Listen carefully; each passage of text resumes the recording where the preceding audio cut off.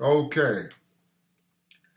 Okay, so this is just a trial run, but I might keep it, I might not. But I'm just gonna discuss some things about vampires and do they really exist? And I got a PowerPoint that I'm gonna put together for you guys, and excuse me, so I can get this taken care of. So I'm gonna play it from the start, and the basis of this PowerPoint is to kind of like bring up the topics in the realm of the metaphysical and the realm of the unseen, and when we're dealing with time and space and matter and all of the above. So this is going to be a very interesting topic that we're going to discuss today, and it's concerning vampires. And so, you know, the topic of my particular program is the truth will set you free. And we try to free ourselves from all the misconceptions and all the nonsense that's being thrown at you day in, day out by the media and astro voodoo. So we combining both the stars, which guide everything from a metaphysical standpoint, and the physical, which is the voodoo, the rituals, you know, the powerful incantations, the prayers, you know, the religions. All of that is voodoo. And we're going to dig deep into that and how that comes about to what we know as voodoo, but that's just a name. So we're just going to kind of like destroy all of those misconceptions. Vampires, how true are they? You know, we've been made to believe that vampires are part of our everyday lives, that they actually do exist. The media has portrayed vampires since I can remember, since I was a kid. And it was definitely a sound portrayal of something that gave me tremors and nightmares, you know, just to think of the blood and the chaos and the death that was promoted out of the ground and out of the coffin, and they got to go sleep in the coffin and all these different things. So I'm just going to go over these particular, gotta move myself over so you guys can see what's going on here. I'm going to go over these particular things. Now, the origins of vampires among early Europeans will be the first in my contents that I'm going to display today in this slide. So you see I got a link there. So I'm going to go ahead and click on that link. That way we can go ahead and bring up some things that pertain to vampires from the Wikipedia standpoint. And people try to discredit Wikipedia, but me, I think that it's a brilliant technological advance and gives us access to information that we would have to look and search and find, and it takes us days on end in order to arrive to the conclusions that we come to today fairly quickly. So, you know, I'm just going to go down to the bottom to kind of explain to you guys about why I use Wikipedia for the most part. You see, all of this is the reference column for vampires. Yeah, all of this is the reference column for vampires. Bring it up some. All of this. Every last one of these. And in totality, there's 184 references. Separate articles that have been compiled and they're able to give you the information here on Wikipedia. And let me give you an example. So, math versus vampires, and vampires lose. So this is an article that we can click on, and we might come to, and it's some information as to what's going on there.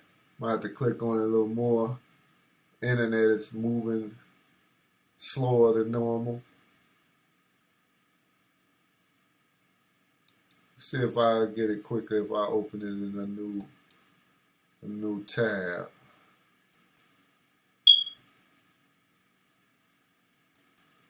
It's trying to come, but it's saying world science there.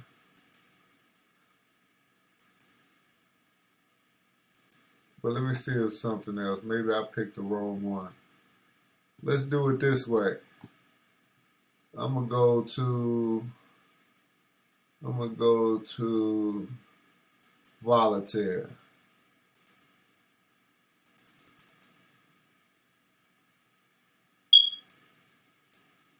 Okay, there it's moving a little faster. Okay, so this is a dead link. We get those. That's okay. Let's go somewhere else with it. You know, if at first it don't succeed, try again. And this is still not moving. So let me see here. Okay. Vampires of folklore and fiction. Okay. Moving really fast. We got something going on up here. So this particular article, so we citing our sources here on this channel. So you don't bring nothing else in here without citing your sources. It's how we get down. So the vampires of folklore and fiction. Now we know about Dracula and the would-be vampires in the news, but what were the real vampires all about? People who learned that I wrote a book on vampire lore often say, oh, you mean like Vlad Dracula. Now, as you look back, you know, Vlad Dracula was a Romanian, like a prince, or, you know, of very high prestige amongst his kind over there. And in Romania, he was known for painfully making his subjects and opponents suffer, and his enemies suffer to the highest degree. And he would impale them to the point where he just would have your body hanging on there for days until it withers away with a stake coming straight through you. You know, you planted on the ground like some type of scale. Let me bring that up. Let me bring that up. First of all, let me bring that up. Impaling someone. Is the meaning of impaling, where it appears to transfix with a sharp instrument.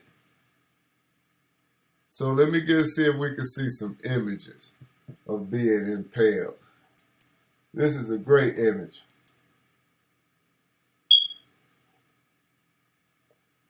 Impalement, most famously used by Vlad the Impaler. Now that's who they're talking about, that they're attributing the Dracula story. And it's saying that he would even go as deep. But that's just legend and folklore. So I just wanted to get to that point as we move on. So let me go ahead and close this out. Go back to this. Go back a little more. Okay. All right. So I just wanted to just explain that at the end of every Wikipedia is a reference column.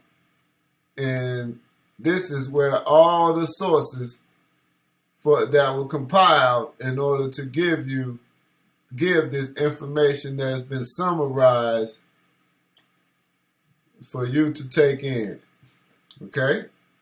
So don't think that it can be discredited in any shape, form, or way, because there's plenty of references that you can consult. Just having my evening grape juice. and some wine, some Golden Peak unsweetened tea, and ready to tackle this subject about these vampires. We're gonna go ham tonight, baby. Glad you guys was able to tune in. You know, I'm bringing the heat tonight, baby. Please love it and subscribe, because I'm coming with some more stuff. I'm trying to build the knowledge base, and this, so we can definitely learn, and we got the technology to do so today. So a vampire, first of all, is a creature from folklore. So, you know, folklore is fantasy world, hey diddle diddle in the fiddle, you know, the cow jumped over the moon type of stuff, you know, that's folklore. And by feeding on the, and if the sub's existence is like a parasite, it's a human parasite, so it feeds off the blood of the living in order to continue to live as an undead creature. And it's saying that, you know, in original folklore, that's why we're going into the European concept of it. And that's why I want to jump straight into that, because it's so much that vampires consist of. I mean, we could go on for days and days, you know, discussing most of these things. We're going to sum these things up. But I'm going to go ahead and go to the European folklore for now and give you guys a statement at the beginning. Now, we're talking about the vast of Europe. We're talking about from British, as you see here, British folklore. Each one of these is its own page, an article that tackles these myths and folklore that come from these places. So, you know, today y'all gonna learn today. So British folklore, English folklore, Anglo-Saxon folklore. So, you know, we can go into English folklore about the foretales and Germanic, Celtic, and you can go even to a religious aspect as to Christianity, Irish folklore, early Celtic Christianity folklore, you know, Scottish folklore, mythology, successful. You know, it's interesting how, you know, we look at all of these different origins of people with all of these different folklore, and it also helps to develop the cultures, because you see here, the culture of Europe is rooted in its art, folklore, architecture, film, different types of music, economics, literature, and philosophy. European culture is largely rooted in what is often referred to as its common cultural heritage. And as we keep going down, we're going to find out how vampires tie into the European culture. Now, right under that, we got what you call European mythology. I can go to this page, and then this is where we get European mythology is the combination of all of these together. So, you know, it's so many to sum up. But maybe we go to the oldest, Greek mythology. And it's the body of myths originally told by the ancient Greeks and genre of ancient Greek folklores. These stories concern the origins and nature of the world and all, you know, of that. So we're going to go back here because, you know, we're going to go back to vampires. Just wanted to let you know that that's where that stemmed from. European folklore, the vampire thing. So we're going to go down to the folk beliefs. Now, we're going to have a whole list of vampires in folklore. And then they do say here, as according to the historical references, the notion of vampirism has existed for millennia. Cultures such as Mesopotamians, and maybe I need to blow this up a little bit. I don't know how I'm going to do that. Let's see here. I got my phone right here. You know, I think there's a way. Where there's a wheel, there's a way. Oh, yeah, this is Mac. Okay, let's see what I got going on. Okay, I got page up, page down.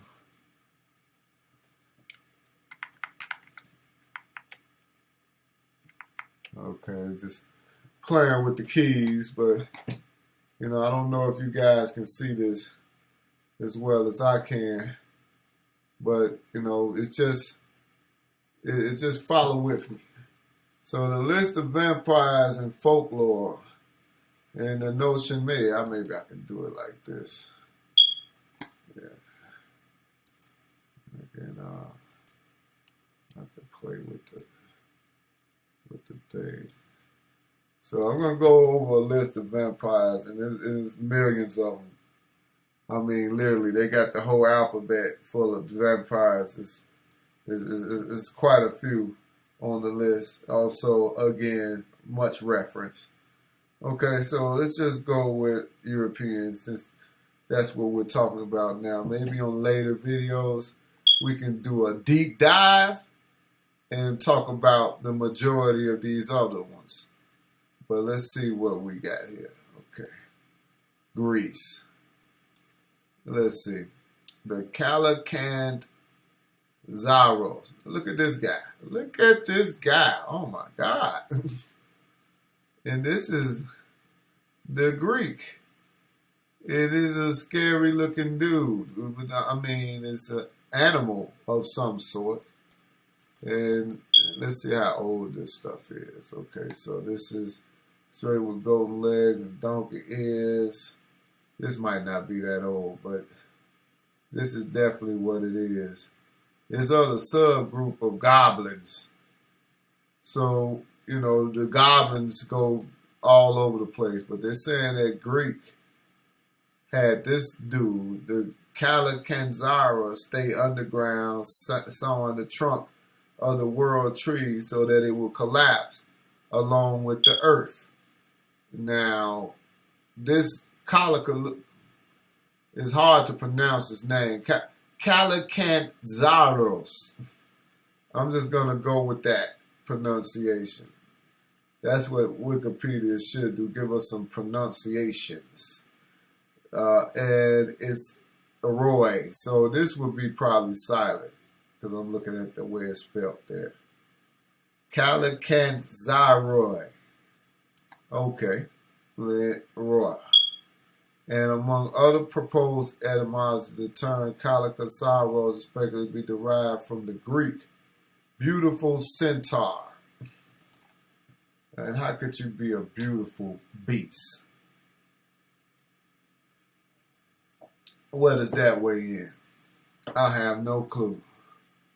So in Greek folklore, it is believed that Calacanzaroid stay underground, sawing the trunk of the world tree so they collapse along with the earth. Okay. However, according to folklore, when they're about to saw the final part, Christmas dawns and they are able to come to the surface. They get the tree and come to bring trouble to mortals. Finally, the sun starts moving again, and they must return underground to continue their sawing. So this is just the lore of that, but I don't see how this was tied into vampire, but this is very ugly character here, this Killer Cantazaro. And let's look for some more. Let's go to Ireland. Hartock is an Irish legend which first collected a confused similar name. There is a place in the parrot. Version of the story rises from his grave to drink the blood of his subjects.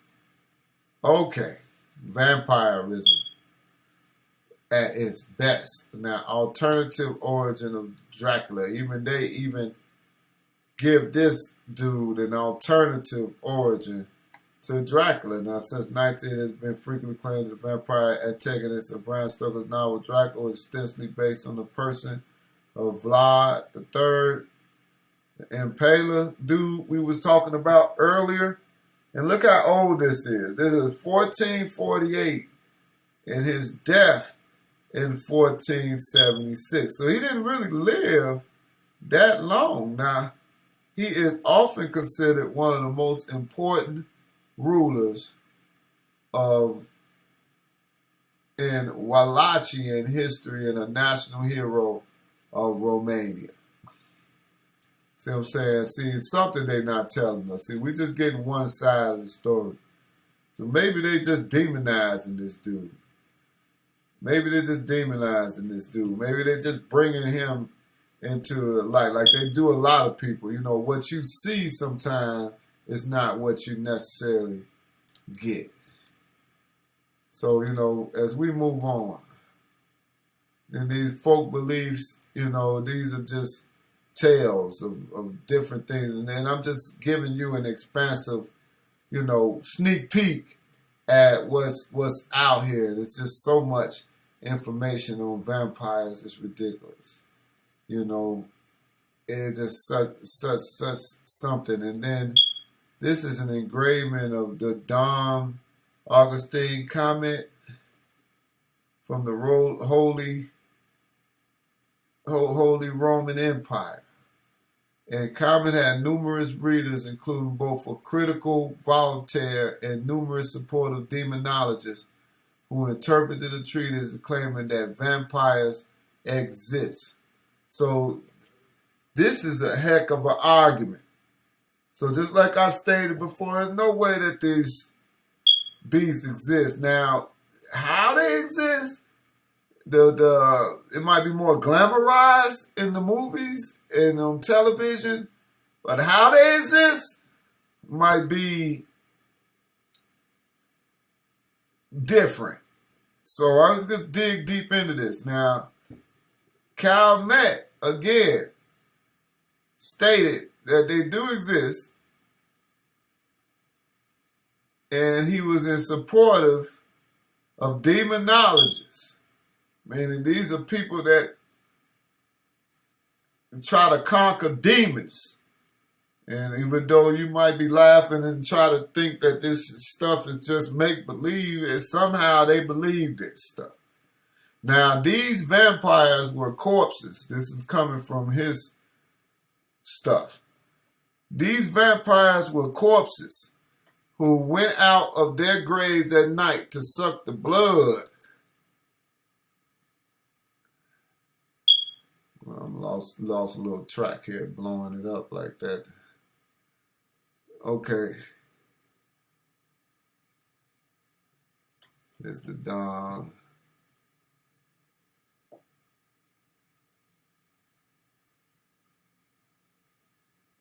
Where is it at?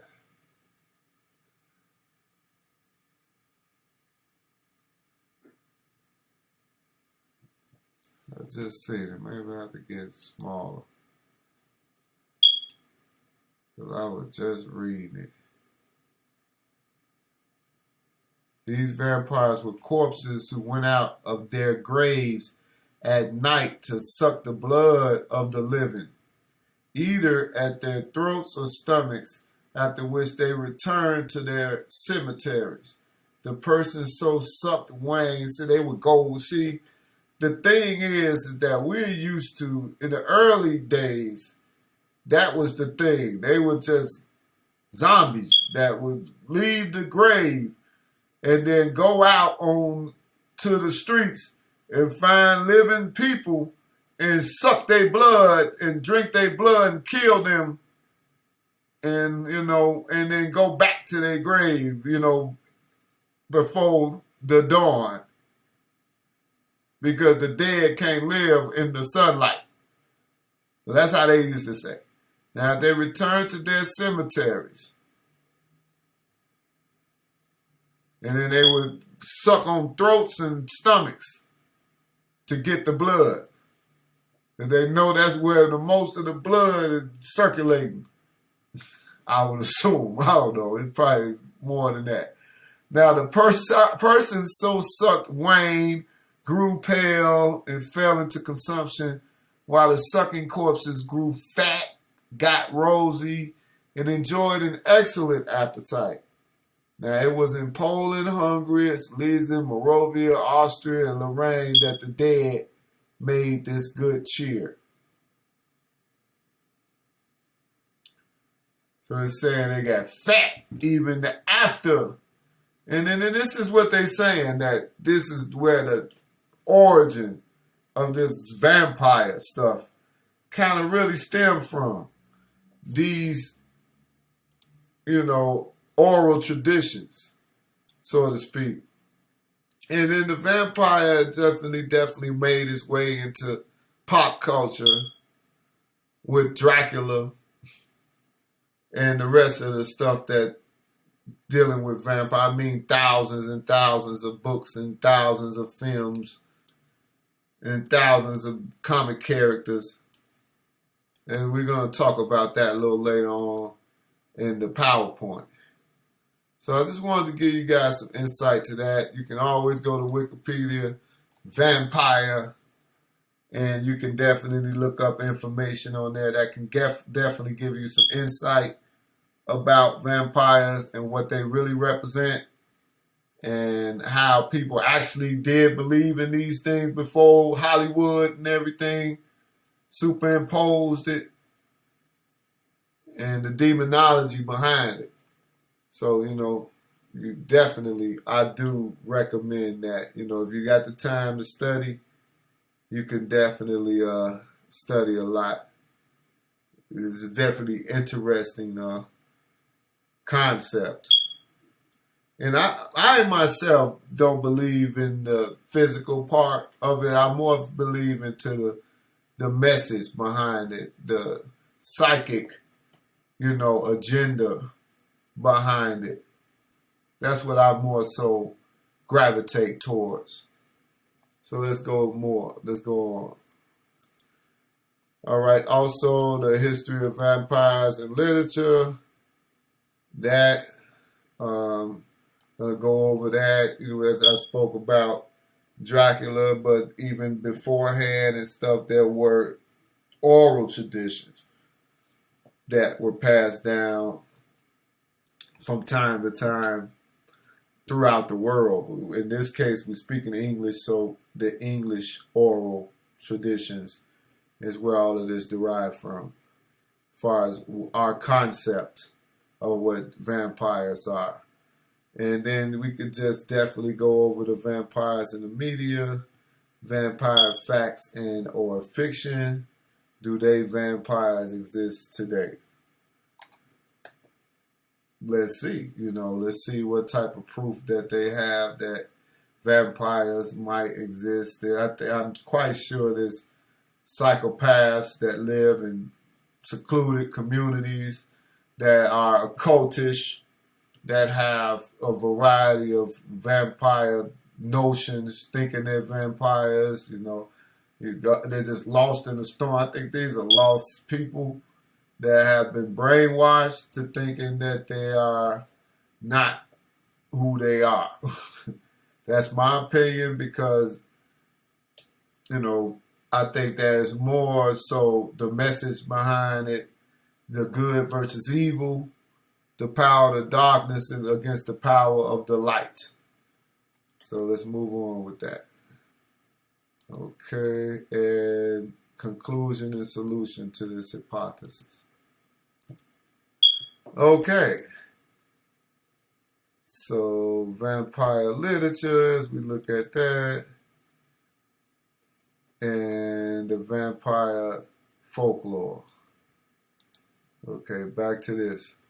Now here's the vampire folklore. I wanted to break it down to you guys so you guys can have a profound understanding of how vast this particular thing is about vampires. So this is just part one of the series, because I'm just going to go on, but yet and still I'm going to do as much as I can today to get you guys, going on this. So definitely this series will tackle a whole lot of different things. And if you made it with me this far, please subscribe, because I'm trying to get out the gate. I got a lot to teach people. I got a lot to bring to the table, and that way we can question the world around us and get some answers. And then with answers, we can come up with solutions. Answers equal solutions. And so let's look at this. The legends of vampires have existed for millennia. That's thousands of years. Century is 100. Millennium is 1,000. Millennia is plural, thousands. So let's get that straight. The cultures such as Mesopotamians, Hebrews, we can go into talking to the Hebrews about that. Yes, yay! Ancient Greeks, all shapes and sizes, ethnicities, Romans had tales of demonic entities and blood-drinking spirits, which are considered precursors to modern vampires. So this blood-sucking corpse of a zombie, of a person that thrives off of blood, that is like a leech, it's like a human bed bug that takes the blood and sucks it out of people, that takes the spirit and the life out of you in order for it to have more life and more spirit. It's like what we're experiencing in today's world, when you have to give so much of yourself and get so little. So this is the whole concept of the vampire, and it's even how it's life or death. It depends on how much blood you allow society to suck out of you. So just think of that as well. So, and it particularly, I want to concentrate on Europe, because we know about the Transylvania verbal traditions of many ethnic groups of that region were recorded and published. In most cases, vampires are revenants of evil beings, suicide victims, or witches, but can also be created by a malevolent spirit possessing a corpse of a living person being bitten by a vampire themselves. So once you dead, once you're bitten by the vampire. So, but the vampire that bit you can definitely relinquish a spirit on you that animates you to do its will. This is deep. This is deep. See, it's the possession of, therefore. So once it's called the living dead. So that's just obvious of what the spell is. Because we are living. You're not living dead. They don't go together. They're two opposites. They can never coexist. So ancient beliefs, Mesopotamia, Greece, ancient India, Jewish, the Hebrews, the medieval and early modern Europe, Albania, Greece, Iceland, Romania, Ireland, and Scotland, Slavic Europe. There's a whole lot of folklore dealing with vampires in Slavic Europe. Let's just read this little portion. Now, in South Slavic folklore, a vampire was believed to pass through several distinct stages in its development. The first 40 days were considered decisive for the making of a vampire. So they got the whole thing where they made the vampire. I mean, this is a process of you from being bit to becoming a full-fledged vampire. Now, it started out as an invisible shadow and then gradually gained strength from the lifeblood of the living, forming a typically invisible jelly-like boneless mass, eventually building up a human-like body. This is almost like Voldemort from the Harry Potter series. The antagonist in this particular realm would be the vampire. So building up a human-like body nearly identical to the one the person had in life. So it becomes the person from the dead, like a duplicate or a clone, an evil clone, an evil twin of the original. Now, this development allowed a creature to ultimately leave his grave and begin a new life as a human, a zombified. Now, the vampire, who was usually male, was also sexually active and could have children either with his widow or a new wife. So he can come out, be dead, having sex, and even to the point where he's living a life where he's having a family.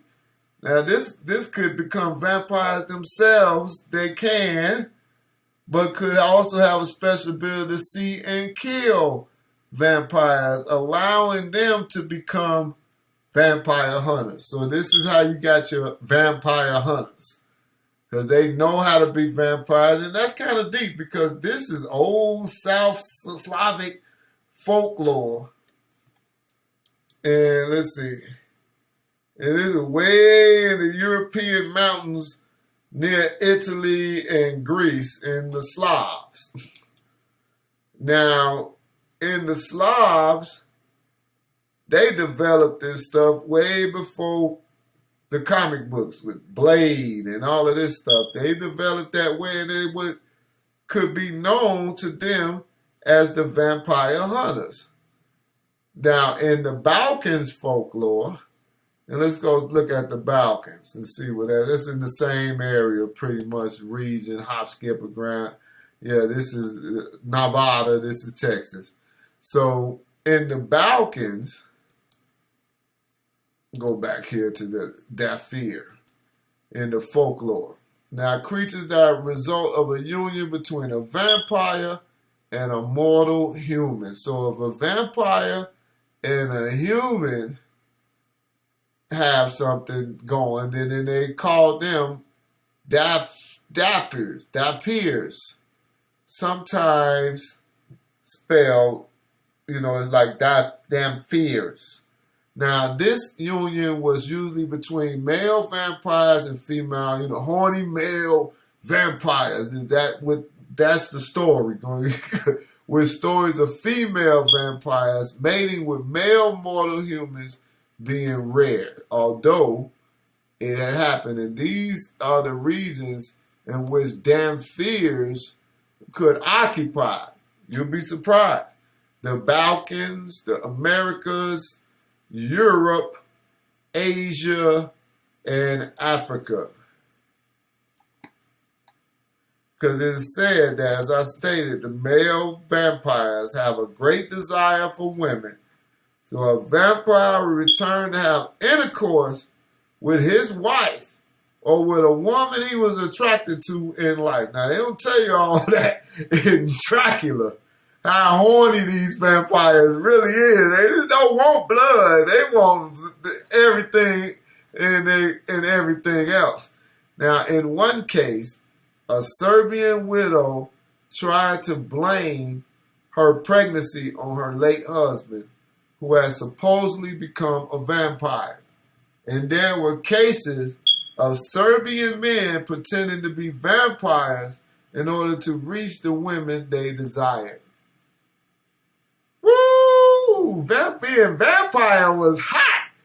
You had to be a vampire to even get some play. They just summed it up in some, circles.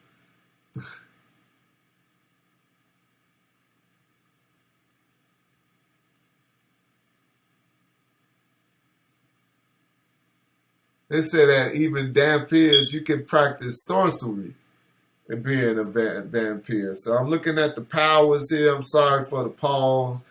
I just got mesmerized by the information, by the knowledge. You know, we hit them dead in the face because we're going to do this systematically and we're going to break this down. But I'm definitely intrigued. Now, these folklores, I added more onto the actual thing that, you know, makes a vampire a vampire. You know, there's certain sicknesses that people have that where they're leprosy symptoms, where they can't be in the sunlight, or they can't be in the sunlight and the sun will destroy them, you know, because the lack of certain minerals and vitamins in their body, and their teeth might turn into fangs or whatever, because, you know, it's just an animal, you know, I think it's just more of a metaphysical for the animal that's in you, but it's a dialect. It's just something that a certain sickness or a disease that I believe that is attributed to part of the truth that's behind all of this folklore that we've been fed for all of these years. Okay, so it's also said that they can have acute sense of sight and hearing. This is not vampires, because they're supposed to be all powerful humans, 100 times stronger than humans. But the damn fears that half vampire, half human, also have powers. That's what this is saying. And they can practice sorcery. And they can be vampire hunters. And they can see invisible vampires. You know, they have regenerating abilities, immortality, walk in the sunlight, you know, the day walkers. And then this is all, you know, nothing new to the inventors of Blade. Now, as we look back, we thinking all of this is new. I didn't made this up. What a genius. No, this is folklore that has always been around. They can be used to destroy vampires. So if you ever encounter a vampire, find you a damn fear, so they can kill that vampire for their bona fide vampire hunters.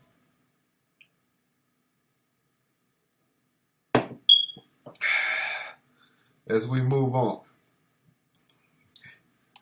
And let's get on this. We're going to talk about some vampire literature right now. Now, vampire literature covers the spectrum of literary work concerned principally with the subject of vampires.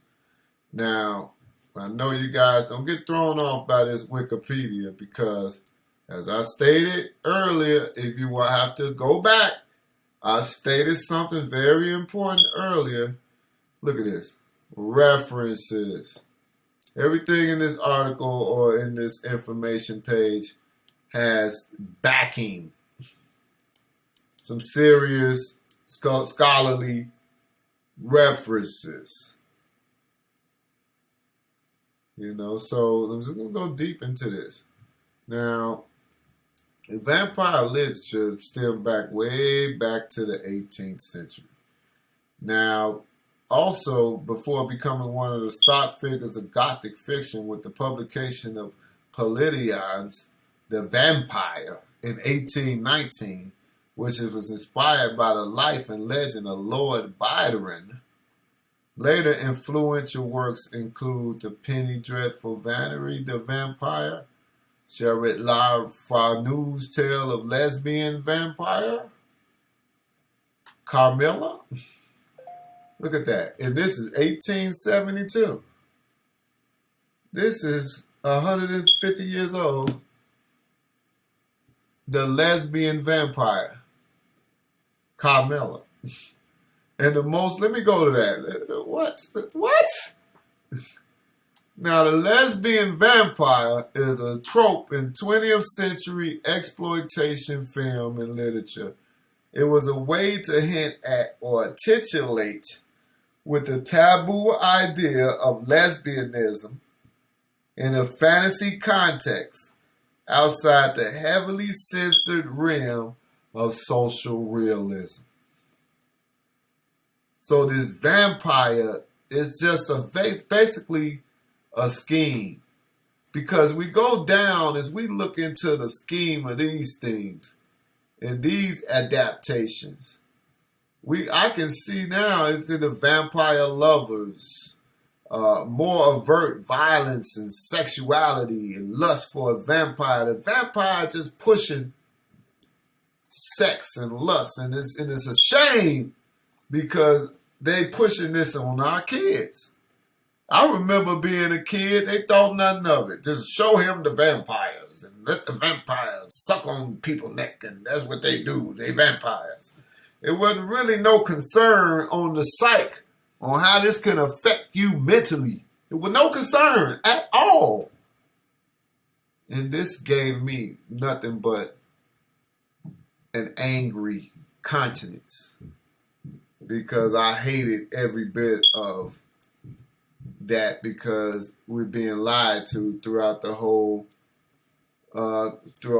thing. So, I just wanted to point at that. The Countess Elizabeth also inspired the vampire myth. Her victims were all young women. The vampire based in Romanian mythology, the Strigoi was said to sneak into houses at night and drink the blood of young, beautiful girls. Her, Carmilla, being this thing. Now, Dracula's daughter, this is a movie that was out. This gave the first hints of lesbian attraction in a vampire film. So vampires kind of push the LGBT scheme, but I'm not against people's sexuality or their choices of sexualities. Let's get that right. But I'm just looking at how this is being silently, an undercover deception is being perpetrated by the exterior as opposed to what's really going on. So, it's the agenda, I believe. I believe it's the agenda. Now, the vampire literature, as I stated, dates back.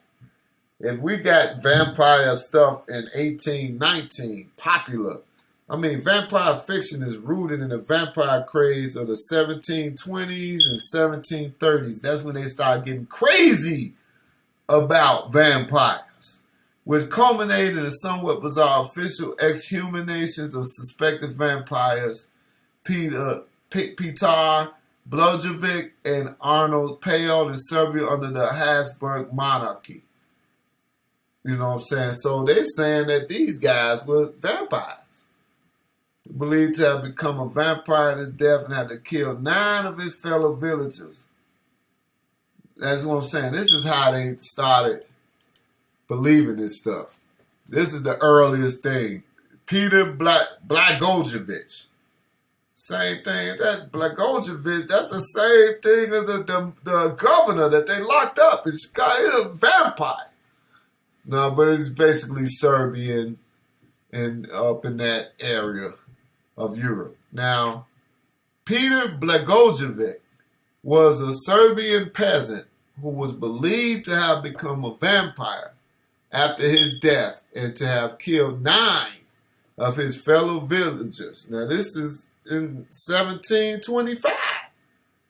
Now, the case was one of the earliest, most sensational, and most well-documented cases of vampire hysteria. And it was described in the report of Imperial Provisor Ernst Frumbald, an official of the Austrian administration who witnessed the staking of Blagojevich.